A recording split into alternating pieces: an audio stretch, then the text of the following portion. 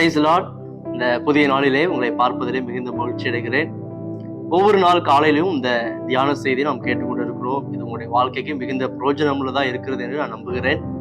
கர்த்தருக்கு சித்தமானால் வருகிற நாட்களிலே வேதாகமத்தில் இருக்கிறதான சில நபர்களுடைய வாழ்க்கையிலிருந்து சில நல்ல பாடங்களை கற்றுக்கொள்ள நாம் முயற்சி செய்வோம். குறிப்பாக இந்த நாளிலே அப்படியாக ஒரு வேத நபரை பற்றி நாம் பார்க்க போகிறோம். ஒரு வேத வசனத்தை நாம் வாசிப்போம்.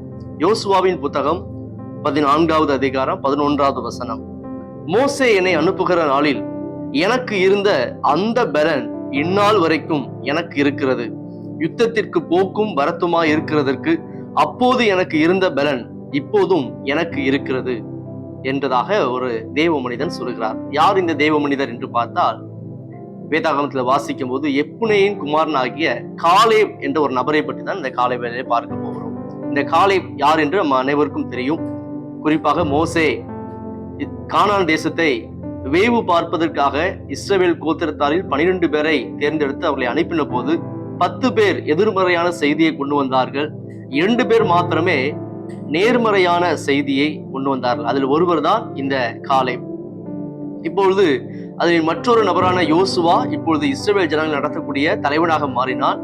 இந்த காலேப் அவர்களோடு கூட இருந்து அநேக காரியங்களுக்கு யுத்தத்துக்கு உதவி செய்து வந்தான். இப்பொழுது கானான் தேசத்தை சுதந்திரிக்கிற அந்த நேரத்திலே இந்த காலேப் யோசுவாவிடம் போய் கேட்கிறான், எனக்கு மலை தேசத்தை தாரும், அதை எனக்கு தாரும் என்று கேட்கும்போது நான் நினைக்கிறேன் யோசுவா கேட்டிருப்பார், இப்பொழுது உங்களுக்கு வயதாகிவிட்டது, இப்பொழுது அந்த மலை தேசத்திலே ஏராளமான அரக்கர்கள் இருக்கிறார்கள், எப்படி போய் அதை சுதந்திரித்துக் கொள்ள முடியும் என்று கேட்கும் போதுதான் அவர் இந்த வார்த்தை சொல்கிறார், மோசே என்னை கானான் தேசத்துக்கு அனுப்புகிற அந்த நாளில் இருந்த பலன் இப்பொழுதும் எனக்குள்ளே இருக்கிறது என்று சொல்கிறார். குறிப்பாக மோசே அவரை வேவு பார்க்க அனுப்பும் போது கிட்டத்தட்ட 40 வயது இருக்கலாம் காலேபுக்கு. ஆனால் இப்பொழுது இந்த வார்த்தை சொல்லும் போது அவருக்கு 85 வயது.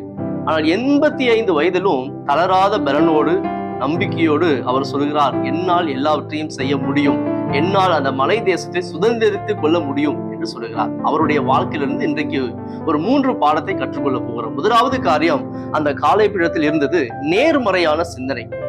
இந்த நாட்களிலே நம்மை சுற்றி நிறைய நபர்கள் இருக்கிறார்கள். எல்லாரும் எதிர்மறையாய் சிந்தித்தாலும் நாம் தேவனுடைய பிள்ளைகளாய் இருக்கிறோம், தேவனை ஆராதிக்கிறோம். நாம் ஆராதிக்கிற தேவன் ஜீவன் உள்ளவர், மகத்துவம் உள்ளவர், அவர் இன்றைக்கும் உயிர் உள்ளவராக இருக்கிறார், அவரால் எல்லாவற்றையும் சாத்தியமாக்க முடியும் என்ற நேர்மறையான எண்ணம் நமக்கு தேவை. இந்த காலேபுக்குள் அப்படிப்பட்ட நேர்மறையான எண்ணம் இருந்ததனால்தான் 85 வயதிலும் தளராத பலத்தோடு எதையும் என்னால் செய்ய முடியும், குறிப்பாக எந்த யுத்தத்தையும் என்னால் சந்திக்க முடியும், வெற்றி அடைய முடியும் என்ற நம்பிக்கை அவர்கள் இருந்தது. எனவே முதலாவது இவருடைய வாழ்க்கையிலிருந்து நாம் கற்றுக்கொள்ள வேண்டிய பாடம் நேர்மறையான சிந்தனை.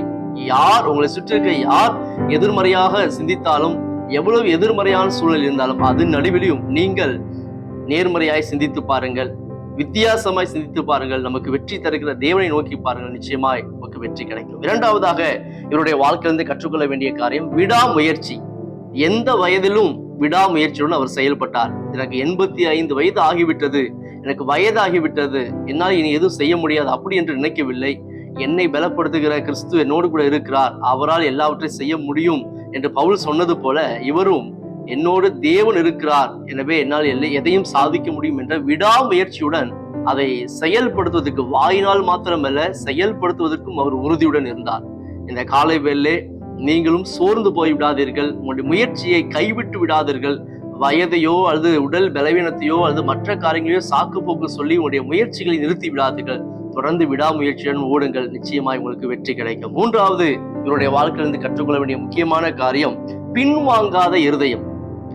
தன்னோடு வேவு பார்க்க தேசத்துக்கு வந்த எல்லாரும் ஒரு செய்தியை சொன்னாலும், எதிர்மறையான செய்தியை சொன்னாலும், இவர் பார்த்த நேர்மறையான அந்த செய்தியை சொல்வதற்கு தயங்கவில்லை, அதில் பின்மாற்றம் அடையவில்லை. அதே போல வயது ஆனாலும் அந்த மலை தேசத்தை சுதந்திரிப்பதற்கு எந்த விதத்தில் பின்வாங்காமல் அவர் உறுதியுடன் இருந்தார். அடுத்து அவரோடு இருந்த அநேக நபர்கள் தேவனை மறுதளித்தார்கள், முறுமுறுத்தார்கள். ஆனால் எந்த சூழ்நிலையும் இந்த காலை முறுமுறுக்கவில்லை, பின்வாங்கி போகவில்லை. எனவே இந்த 3 காரியங்கள் நம்மோடு இருக்கும் என்று சொன்னால் நாமும் காலேபை போல எந்த நிலையிலும் தேவனுக்கு என்று பக்தி வைராக்கியமாய் வாழ முடியும், திடமனதாய் வாழ முடியும், அநேக காரியங்களை ஜெயம் எடுக்க முடியும். எனவே 3 காரியங்கள் உங்களுக்கு சொல்ல விரும்புகிறேன். நேர்மறையான சிந்தனை, விடாமுயற்சி, பின்வாங்காத இருதயம். இந்த 3 காரியத்தையும் நம்முடைய வாழ்க்கையில அதிகமாய் வளர்த்து கொள்வோம். கர்த்தர் நிச்சயமாய் நம்மையும் காலேபை போல ஆசீர்வதிக்க, மேன்மைப்படுத்த, உயர்த்த வல்லமையுள்ளவராக இருக்கிறார். கர்த்தர் தாமே இந்த வார்த்தைகளை ஆசீர்வதிப்பாரா. தேங்க்யூ. God plus.